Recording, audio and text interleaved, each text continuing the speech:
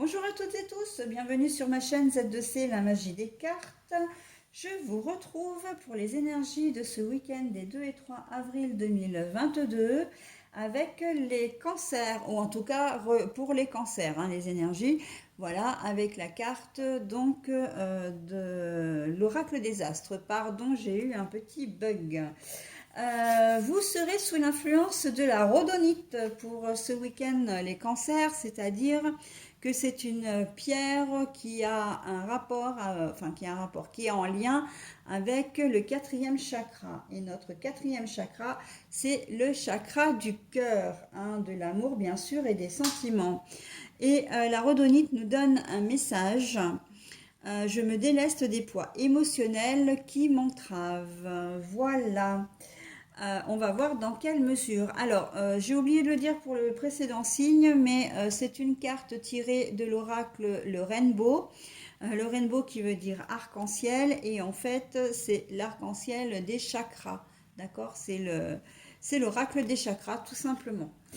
Voilà, donc pour le tirage en lui-même, j'espère que vous voyez bien, ça a l'air. Pour le tirage en lui-même, nous avons 3 cartes, dont 2 pour les énergies générales, avec l'oracle médiéval et merveilleux d'un côté et le 77 version de luxe simplifiée de l'autre. Et nous avons également une carte pour les énergies sentimentales. Et aujourd'hui, donc, c'est avec l'améthyste Love que nous ferons le tirage. Et pour finir, eh bien, vous aurez un petit personnage de contes qui va vous délivrer un message. Et c'est le petit oracle des contes merveilleux. Donc comme d'habitude, je vous délivre le message qu'en fin de tirage. Allez, on est parti pour les énergies. Le message des nouvelles du coup. Ça c'est l'automne. Je rigole parce que systématiquement, et je le dis, j'ai dit parce que c'est vrai, donc c'est à l'envers. Oui, alors, pardon. Déjà, je vous montre la carte à l'endroit, toujours pour que vous sachiez, pour que vous puissiez voir à quoi ça correspond. Et ensuite, bien évidemment, que je la remets dans le sens où je l'ai trouvée. Donc, c'est bien l'automne. Et je rigolais parce que à chaque fois que j'ai cette carte-là ou l'autre, j'ai toujours un doute. J'ai un peu de mal à me. Mais non, là, c'est bien, l'automne avec les feuilles qui tombent. Il faut vraiment que j'arrive à trouver un moyen pour me rappeler les deux là. Énergie sentimentale, donc nous avons, oula, la tromperie, l'adultère. Bon, bah, ça annonce déjà des choses. Voilà, donc le message est donc l'automne, c'est le lâcher prise. C'est tout ce que on se déleste des choses qui ne vont pas, on passe à autre chose, etc. Mais en fait là, la carte est retournée. La carte est retournée. Donc ça veut dire que la situation qui perdure déjà, qui vous pose problème déjà depuis un certain temps, n'est pas réglée. Hein. Et elle n'est pas réglée, et il se peut que vous receviez un courrier, un message, ou qu'il y ait une correspondance en tout cas en lien avec la problématique que vous connaissez. Ça peut être une problématique relationnelle. Vous allez être en contact avec une personne avec qui vous étiez peut-être en froid, hein. Mais on sent que vous avez peut-être envie de vous exprimer aussi, vous voulez pas lâcher l'affaire parce que vous pensez qu'il peut y avoir quand même une issue aussi à ça. Donc les contacts, j'ai assez envie de dire que vous avez envie, euh, de vous réconcilier, pourquoi pas, avec une personne, si c'est une personne en lien, si c'est relationnel. Euh, Peut-être que c'est la personne également qui a envie aussi de reprendre contact avec vous. Mais en tout cas, on voit que Vous n'avez pas envie de lâcher, hein. Vous allez, la correspondance, elle va continuer à se faire. Je pense aussi à tout ce qui est administratif. Alors c'est vrai que ça ressort assez souvent. Si vous avez une problématique aussi sur un litige, quel qu'il soit, avec un vendeur de voitures, avec un magasin, comment dire, pour un vêtement, pour un appareil ménager, etc., on voit que il y a une certaine détermination, vous ne voulez pas lâcher l'affaire, ok? Il va y avoir une correspondance pour essayer de régler le problème. Il se peut que vous receviez aussi, vous, des nouvelles voilà, concernant votre affaire, hein, qui va, comment dire, qui va faire avancer le dossier, mais on ne voit pas vraiment de solution quand même ce week-end, hein. On voit simplement une correspondance, ok, vous continuez à vous occuper de cette problématique. Ça peut être, alors je ne la vois pas trop au niveau professionnel, parce que non, au niveau professionnel pas trop, mais c'est plutôt voilà des petits ennuis du quotidien, vraiment des choses. Vous avez acheté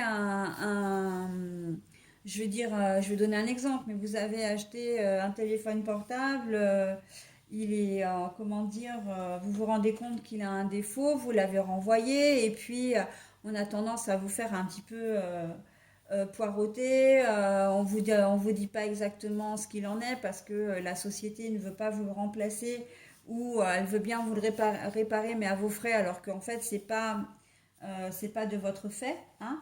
Donc on voit que voilà, il y a ce week-end, il va y avoir de la correspondance, voilà, pour aller dans ce sens-là, pour savoir où en est votre dossier. Donc c'est plutôt vous, hein, qui allez envoyer un message pour savoir où en est le dossier. Et si c'est l'entreprise, vous n'allez pas forcément être satisfait de ce qui va vous être dit, donc vous allez répondre à ce message.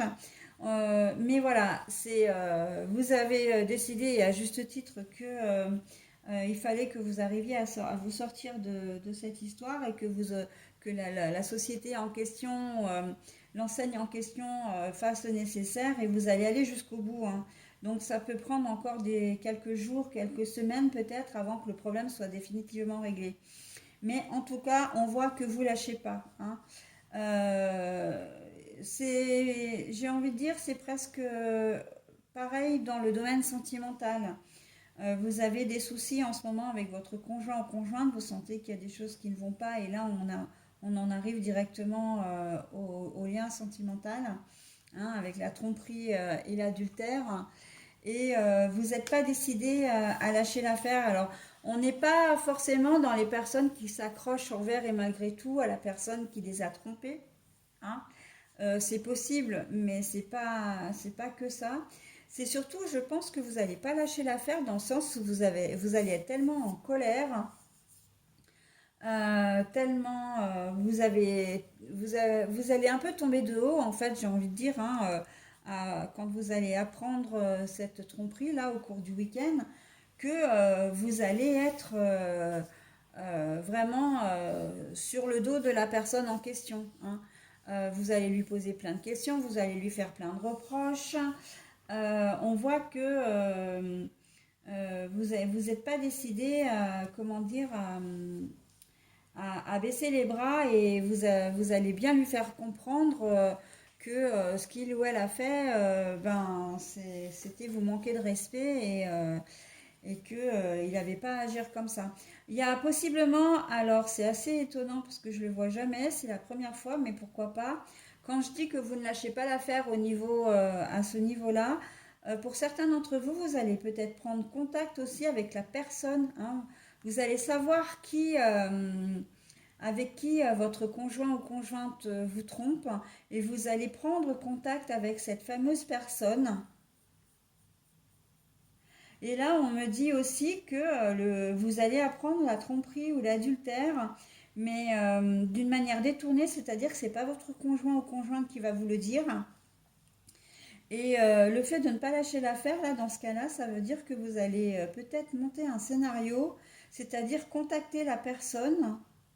Bon, donc on va parler clairement, hein, l'amant ou la maîtresse, euh, qui, elle ou lui, ne saura pas forcément que ben, votre conjoint ou conjointe était en couple. Et il peut y avoir un scénario qui va être monté là pour, comment dire, pour prendre votre conjoint ou conjointe en défaut, hein. Déjà annoncer qu'il est en couple, que vous savez. Alors au départ, vous êtes plutôt dans la dynamique euh, de vérifier si l'adultère est avéré ou pas. Et s'il est avéré, vous allez, dans un premier temps, certainement vous en prendre un peu, vous allez être un peu, comment dire, un peu virulent ou virulente avec la tierce. Mais vous allez vite vous rendre compte, en fait, que la tierce n'était pas forcément au courant que votre conjoint ou conjointe ben, vous avait, hein, vivait avec vous. Et donc, cette correspondance, j'ai l'impression qu'elle va se faire évidemment sous le tapis, hein, derrière le dos de votre conjoint-conjointe, mais que vous allez décider effectivement de monter un espèce de petit scénario pour le prendre en défaut, hein, c'est-à-dire de vous donner rendez-vous, par exemple, avec monsieur ou madame, pour, voilà, pour lui dire, bon ben voilà. Et c'est en cela que vous ne lâchez pas l'affaire, c'est-à-dire que vous allez aller jusqu'au bout. Si au départ vous aviez des suspicions, si vos suspicions sont avérées, vous allez aller jusqu'au bout, hein. Vous allez vraiment... alors c'est de deux choses une, hein, du coup. C'est soit ben, vous allez contacter la tierce, etc. Pour le mettre devant le fait accompli ou la mettre devant le fait accompli. Ou d'un autre côté, si c'est vraiment avéré, ben vous allez vraiment vous en prendre à votre conjoint conjointe directement et il va passer un mauvais week-end, tout comme vous d'ailleurs, hein.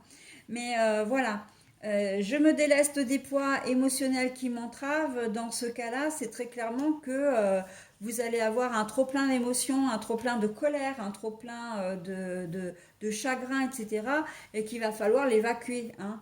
Et que d'une manière ou d'une autre, vous trouverez une solution. Bon, qui sera peut-être pas forcément idéale pour votre conjoint ou conjointe, mais voilà, hein.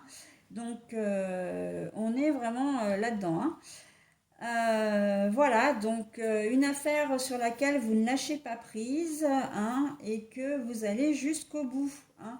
Vous êtes bien déterminé à obtenir gain de cause, en tout cas à avoir la vérité révélée. Voilà, où là c'est votre situation, le litige aboutir. Ok les cancers. Allez, maintenant je vous propose le petit personnage qui va vous donner votre message. Ah ben pour vous ce sera le chaboté, dites donc. Avance majestueusement dans la vie quoi qu'il arrive. Aie l'œil ouvert et agis avec tact et diplomatie. Sers-toi de la communication pour déblayer ton chemin. Alors là, j'ai vraiment le sentiment du coup qu'on vous donne très clairement un conseil, hein, parce que je ne suis pas sûre que ce soit à l'ordre du jour et que vous pensiez à ça, à être diplomate.